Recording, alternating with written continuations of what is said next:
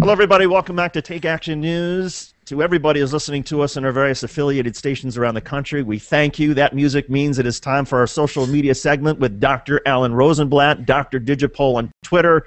Folks, you can use social media to influence outcomes just the way you would influence outcomes all sorts of other ways. Alan, welcome to the program. Thanks, David. Oh, hold on. I'm going to do this so I'm going to overlap with my pre-recorded track. Oh, no, actually. That's, Hi, it's Alan, good to see you. Good to see you. So Beyoncé, the lip-syncing, that took social media by storm, right? It certainly did, and I think the Wall Street Journal ran their feed of it, and you could hear that there was two tracks, a live track of her singing over a pre-recorded track, and of course, so far we've heard Jennifer Lopez and Aretha Franklin both come out in support of, that's just the way it has to be done in some cases, especially when it's cold out and you're in outside space. You just have to take precautions to make sure that you have a good soundtrack. But if that was the case for Beyoncé, why wasn't it the case for Kelly Clarkson, who belted out "My Country 'Tis of Thee" live? And I imagine that the Twitter sphere loved her performance.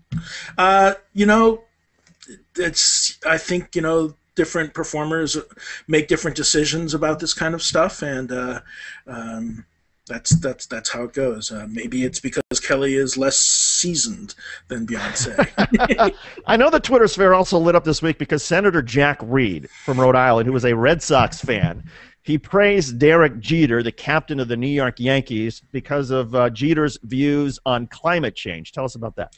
Well, Derek Jeter made some comments about how having lived through in New York City the impact of Sandy and extreme weather, that we should be taking climate change very seriously. Although he did say, politics is not my space, so I'm not going to go much further than that. And so Jack Reed made the offhand comment, I'm a Red Sox fan, he's a Yankee, we usually don't agree on anything, but we can agree on this.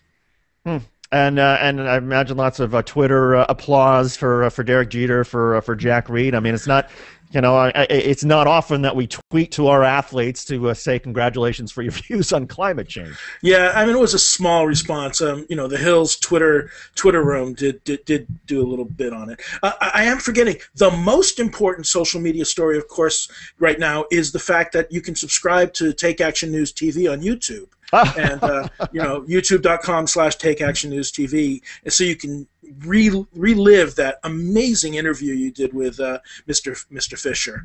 And Brian Fisher's a strange man, and he never did answer. I asked him a couple different ways. The whole idea about the only way you can really be threatened by the gay or lesbian couple down the street is if you're somehow attracted to them or they're attracted to you, and you might be open to that. Then I suppose they could be a real threat to your own marriage. And I try to ask him if he was somehow attracted, but he wouldn't answer the question.